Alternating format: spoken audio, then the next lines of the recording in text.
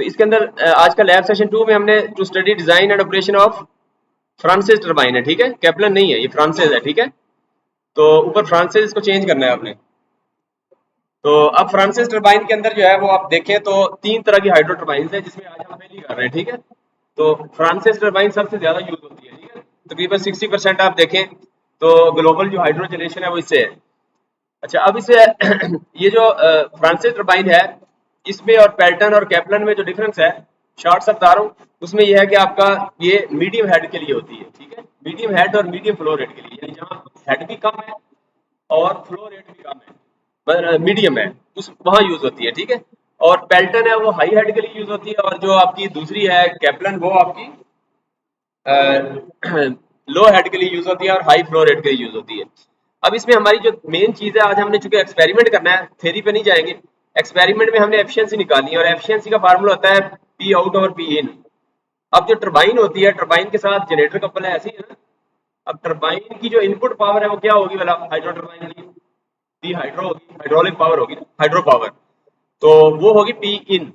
और इसी तरह टरबाइन की जो आउटपुट पावर होगी वो क्या होगी, पी आउट होगी, वो मैकेनिकल पावर होगी, जो कि जनरेटर के साथ फिर शेफ्ट कपल होगी। हम जनरेटर को नहीं ले रहे, हम सिर्फ टरबाइन को फोकस कर रहे हैं, क्योंकि हम to study design and operation of Francis turbine देख रहे हैं। तो टरबाइन की output power divide by turbine की input power will get the efficiency. तो अब आप देखें तो आउट इनपुट पावर जो है इसकी, वो देखें लिखा हुआ P gauge into Q, Q is the flow rate, ठीक है। ये फार्मूला है, एक सिंपल फार्मूला है। हम इस डिटेल जो है ना, मैं अगले, क्योंकि आज हमारा काफी टाइम लग गया, आधा घंटा वैसे ही आपने लेट शुरू किया करवाइए लैब, तो जो है ना नेक्स्ट जो उसमें थोड़ा ज्यादा एलेबोरेट करेंगे इधर लिख के, ठीक है। अभी फिलहाल हम ये गुजारा चला रहे हैं, ठीक है, इसी में। अच्छा, अब आप देखें पी इन है, पी गेज इनटू, नजर आ रहा है सबको? अच्छा, पी इन है, नो, अच्छा, P in is equal to P gauge into Q है। अब जो पी इन है, पी गेज है, वो आपका पी गेज जो है वो दो प्रेशर का डिफरेंस है, यानी टरबाइन जहां पानी टरबाइन में इन होगा ना, उससे पहले हमने एक गेज लगाई होगी, वो रीडिंग नोट करेगा। उसको हम क्या कर देंगे, पी, इधर पी टी 3 कह दिया है, क्योंकि वो मैकेनिकल में है, तो मैकेनिकल में ये टर्मिनोलॉजी यूज हुई हुई है, ठीक है। इसका मैनुअल भी मैंने आपको, इसका मैकेनिकल जो लैब है उसका मैनुअल भी है, ठीक है, उसमें जो फ्रांसिस टरबाइन का है वो भी आप लोग याद करना है, वो मैंने आपको शेयर करना है, ठीक है, वेबसाइट पे अपलोड करना है।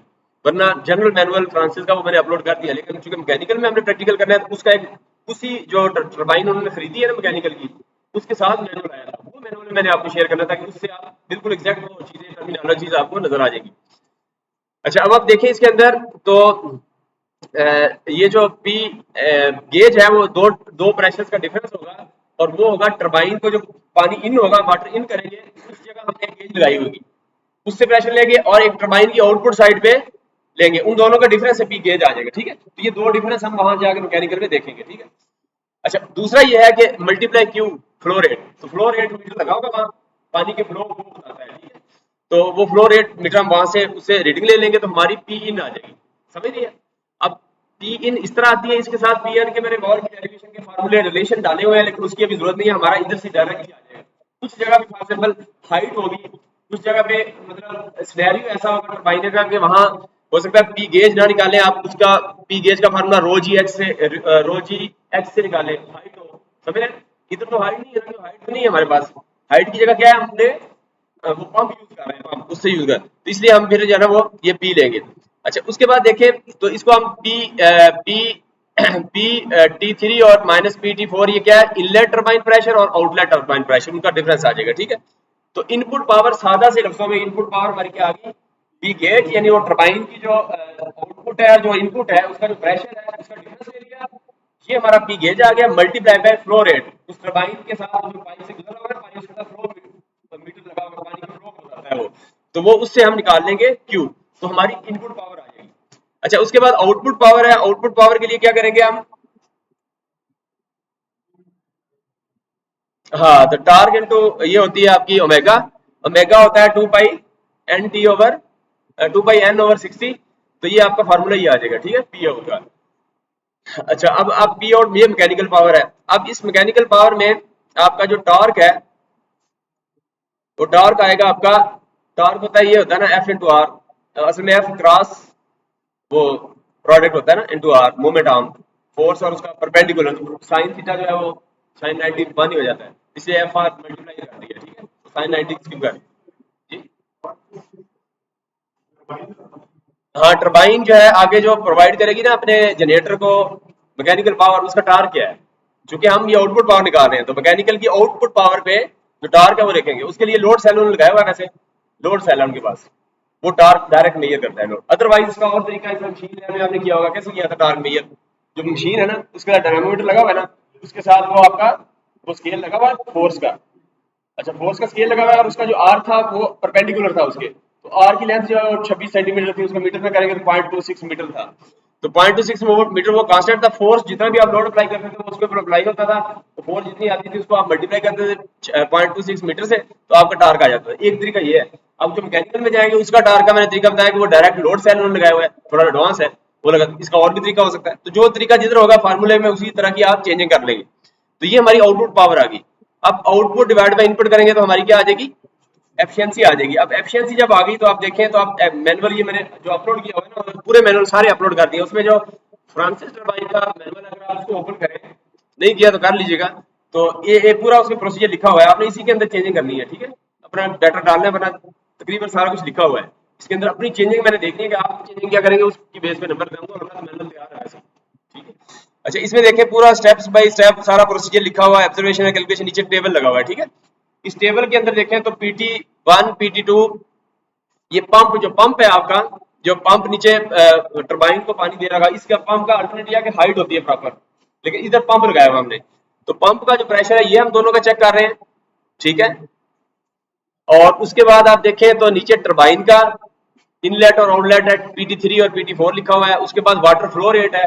ठीक है, फ्लो रेट हमने निकाल लिया लीटर्स पर मिनट में।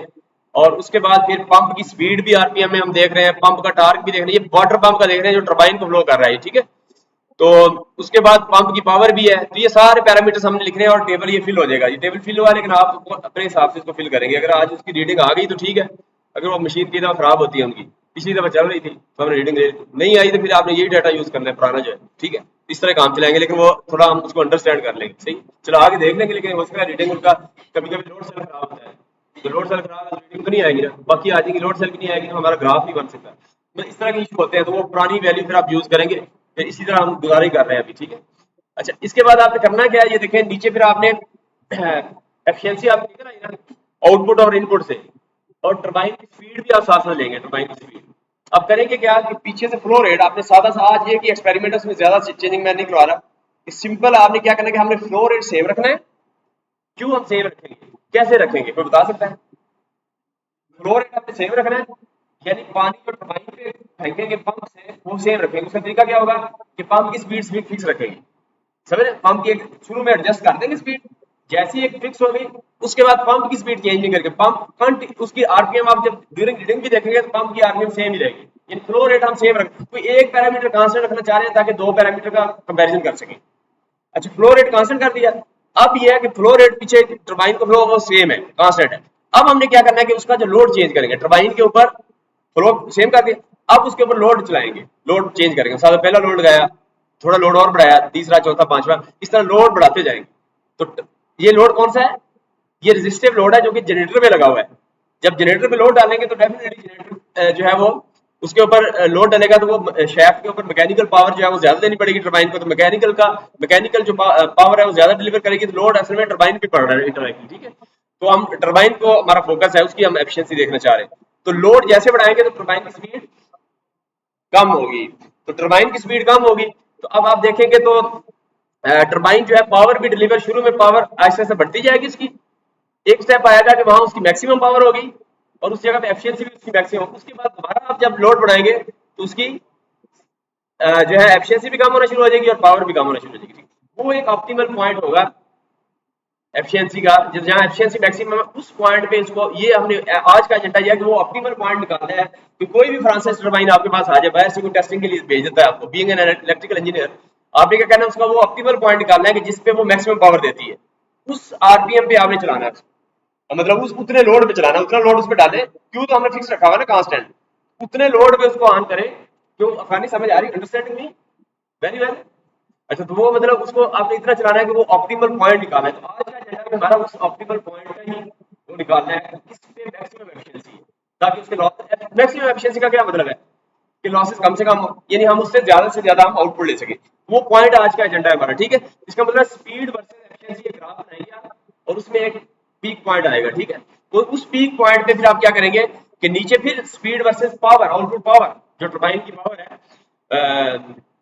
टरबाइन की पावर जो है वो आप निकालेंगे तो टरबाइन की स्पीड और पावर कर लेंगे। ये पावर जो है ना, आउटपुट पावर टरबाइन की नहीं बल्कि ये आप जनरेटर की लेंगे, क्योंकि हमारा रियल टाइम जो जनरेटर का लोड है ना, तो हम उस एफिशिएंसी पे जो टरबाइन की एफिशिएंसी आ जाएगी, उस पे फिर हम दोबारा टरबाइन की स्पीड वर्सेस इलेक्ट्रिकल लोड जो है उसकी निकालेंगे। वो लोड भी उस टाइम पे मैक्सिमम होगा, पावर आउटपुट पावर मैक्सिमम होगी जहां एफिशिएंसी टरबाइन की मैक्सिमम आएगी, यानी मैक्सिमम एफिशिएंसी पे वो मैक्सिमम पावर जो है वो डिलीवर करेगी। ये हमारा ऑप्टिमल पॉइंट होगा। ये दो ग्राफ है सिंपल। तो क्या किया हमने कि फ्लो रेट जो है शुरू से जो फ्लो रेट है उसको फिक्स रखा है, फ्लो रेट फिक्स रखा है, और हम दो चीजों का रिलेशन ले रहे हैं। आपके क्या हम उसके ऊपर लोड डाल रहे हैं, लोड उसके ऊपर अप्लाई कर रहे हैं, और आउटपुट पावर और एफिशिएंसी दो चीजें देख रहे हैं, ठीक समझ रहे हैं।